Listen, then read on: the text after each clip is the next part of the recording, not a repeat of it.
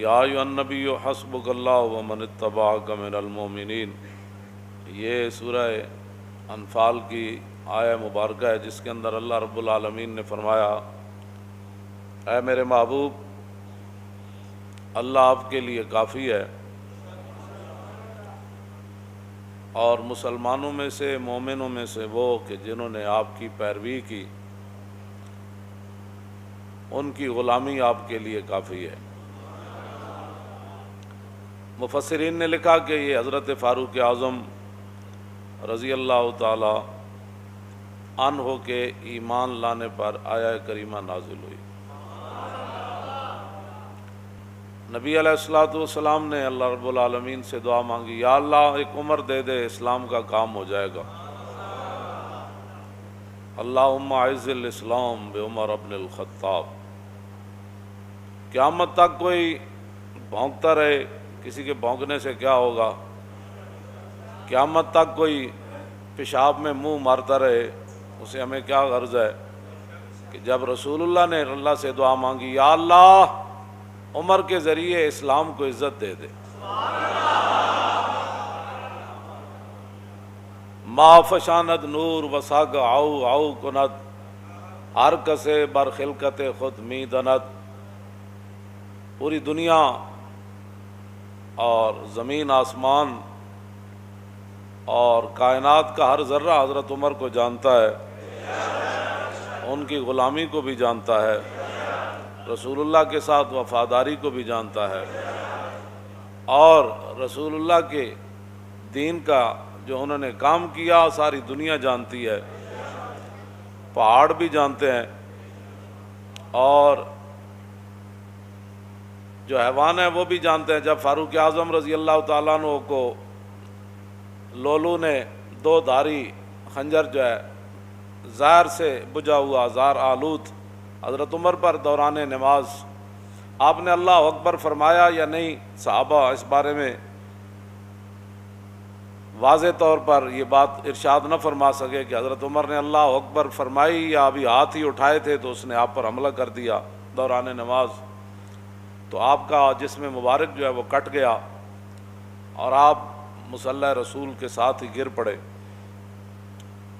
تو بعد میں صحابہ پھر ایک حکیم کے پاس گئے، آپ کے علاج کے لیے دور دراز اسے لینے کے لیے گئے کہ بھئی آپ آئیں حضرت عمر کا علاج کریں۔ جب وہ حکیم صاحب صحابہ کے ساتھ آ رہے تھے تو راستے میں کہنے لگے میں واپس جا رہا ہوں، حضرت عمر کا تو وصال ہو گیا ہے۔ وہ کہنے لگے آپ کو کیسے پتہ؟ آپ نے فرمایا یہ جو بکری ہے نا دیکھ رہے ہیں، یہ جو فصل کھا رہی ہے یہ اس مالک کی نہیں ہے، یہ کسی اور کی بکری ہے جو غیر کا فصل کھا رہی ہے، اور جب تک حضرت عمر زندہ تھے تو بکریاں بھی غیر کا فصل نہیں کھایا کرتی۔ یہ اس بات کی دلیل ہے کہ حضرت عمر دنیا سے تشریف لے گئے۔ تو جو لوگ بے نماز ہیں، اور بے نماز بھی اس طرح ہیں کہ وہ جماعت کو کوئی اہمیت نہیں دیتے، کوئی شرعی مجبوری ہو تو وہ تو ہے، میں سب کے ساتھ یہ میں خطاب کر رہا ہوں، پوری امت کے ساتھ، کہ فاروق اعظم رضی اللہ تعالیٰ عنہ شدید زخمی ہو کر گر پڑے، اور لولو کو پکڑتے ہوئے مجوسی کو اور بھی صحابہ شہید ہو گئے۔ پھر ایک صحابی نے اس کے اوپر کمبل ڈالا، اس نے پھر اپنی گردن کاٹ دی تاکہ یہ راز راز ہی رہے کہ حضرت عمر کے شہادت کے لیے کہاں سے سازش چلی۔ تو بات جو میں کرنے لگا ہوں بہت بڑی بات ہے، اگر کسی کو سمجھ آ جائے کہ فاروق اعظم رضی اللہ تعالیٰ عنہ کو اگر بر وقت صحابہ اٹھا کر گھر لاتے، بر وقت علاج معالجہ ہوتا، تو یہ تو اللہ کی تقدیر ہے، اس کی میں بات نہیں کر رہا، لیکن جو بظاہر اسباب ہیں، بر وقت حضرت عمر کا علاج ہو جاتا تو ممکن ہے حضرت عمر بچ جاتے یا کچھ دن اور امت کو فائدہ ہو جاتا، لیکن حضرت عمر وہاں، آپ کا پیٹ مبارک کٹا ہوا ہے، خون بہہ رہا ہے، اور جماعت بالکل تیار ہے، تو نہ مسجد میں افراتفری مچی، نہ کسی نے جماعت کو چھوڑا، اور دو صحابہ کی لاشیں بھی پڑی ہیں وہاں، شہید ہو گئے، لیکن حضرت عمر نے عبد الرحمن بن عوف صحابی رسول کو فرمایا کہ آپ کھڑے ہو جائیں، مجھے یہیں زخمی رہنے دیں، آپ نماز باجماعت پڑھائیں۔ بس اگر کسی کو سمجھ آ جائے تو بہت بڑی بات ہے، اتنا بڑا نقصان ہو رہا تھا۔ لیکن حضرت عمر نے فرمایا نہیں، جو رسول اللہ راہ دے کر گئے نا، نماز پڑھائیں آپ۔ حضرت عمر ساتھ خون بہہ رہا ہے اور صحابہ کی لاشیں بھی پڑی ہوئی ہیں، لیکن جماعت نہیں چھوڑی گئی۔ اور آج مسلمان ہر چیز چھوڑ کر جو ہے وہ چاہتے ہیں کہ مسلمانوں کی عزت ملے، ایسے نہیں ہوگا، ایسے نہیں ہوگا۔ انہی راستوں پر چلیں گے تو عزت بنے گی۔ باطل نظریات اور باطل فلسفوں پر اسلام کی عمارت کبھی بھی تعمیر نہیں ہوگی، چاہے وہ سارا پاکستانی یونیورسٹیاں بن جائے اور ساری تسبیح لے کر بیٹھ جائیں، ایسے کبھی بھی نہیں ہوگا۔ راستے وہی ہیں جن پر صحابہ چلے، مستند راستے وہی مانے گئے جن سے ہو کر تیرے دیوانے، بس۔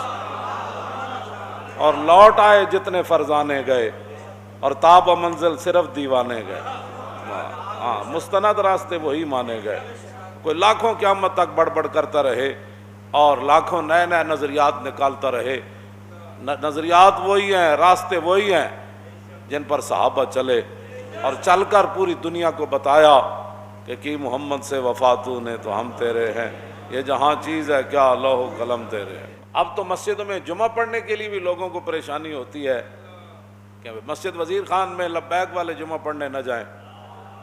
گلائے جفائے وفا نما حرم کو جو اہل حرم سے ہے، کسی بت کدے میں بیان کروں تو صنم بھی کہہ دے ہری ہری۔ اور میں کیا جڑے پہلے تمبو تھے لگتے سن وہ بھی نہیں، آرڈر ہویا بھئی یہ تمبو بھی نہیں لانے، کیونکہ مسلمانوں نے یہاں آج اپنا شوکت اسلام کا اظہار کرنا ہے۔ ہاں جی، اقبال کہندا شکوہ عید کا منکر نہیں ہوں میں، مگر قبول ہیں فقط مرد حر کی تکبیریں۔ اقبال کہندا میں عید اجتماع دا میں منکر نہیں، لیکن اللہ اکبر بھی جنیاں دی قبول ہوندی۔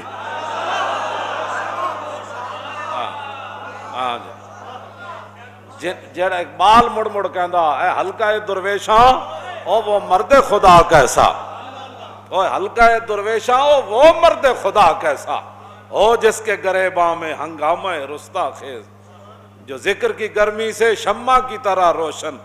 اقبال کلندر لاہوری ایویں نہیں گل کیتی۔ دسو یہ ٹرمپ نو بھی اگر گل پتہ لگے نا کہ مسلمان جمعہ پڑھن جا رہے سن تے سرکاری سطح تے جڑے تمبو لگتے سن وہ بھی روک دیتے گئے، تے ٹرمپ کہے گا اسی بھی اسلام دے اتنے دشمن کوئی نہ، اسی تانوں اپنے چرچ دیتے نمازاں پڑھن واسطے اور تسی اپنی مسجداں وچ نمازاں پڑھن تو روک دیو۔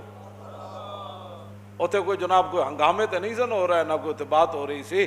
دسو تسی شاعر دا میں جڑا شعر پڑھیا نا او دا معنی اے وے کہ جو کچھ مسلمان اسلام نال کر رہے ہیں نا، میں کسی بت کدے وچ جا کے کہاں کہ وزیر خان مسجد وچ لوگوں نو سہولت نماز واسطے نہیں دیتی گئی، اور لوگوں نو پکھے نہیں لا کے دیتے گئے، دریاں مسلے نہیں بچھائے گئے، تمبو نہیں لایا گیا، اس گرمی وچ پانی دا کوئی انتظام نہیں کیتا گیا، تے شاعر کہندا جے میں کسی بت کدے وچ جا کے بیان کراں نا کہ کلمہ پڑھن والے جمعے والے دن اے حال کیتا ہے، تے پھر بت بھی کہہ دے واہ واہ بھائی کیا بات ہے تھوڑی، واہ واہ بھائی مینوں منن والے تے پھر بڑا کچھ کرتے ہیں تے تسی وحدہ لا شریک نو من کے اے کر دیو۔ بہرحال اپنے آپ امت مسلمہ جب تک نہیں بدلے گی ایسے ذلیل برباد ہوتی رہے گی۔ راستے وہی ہیں جن پر حضور کے غلام چلے۔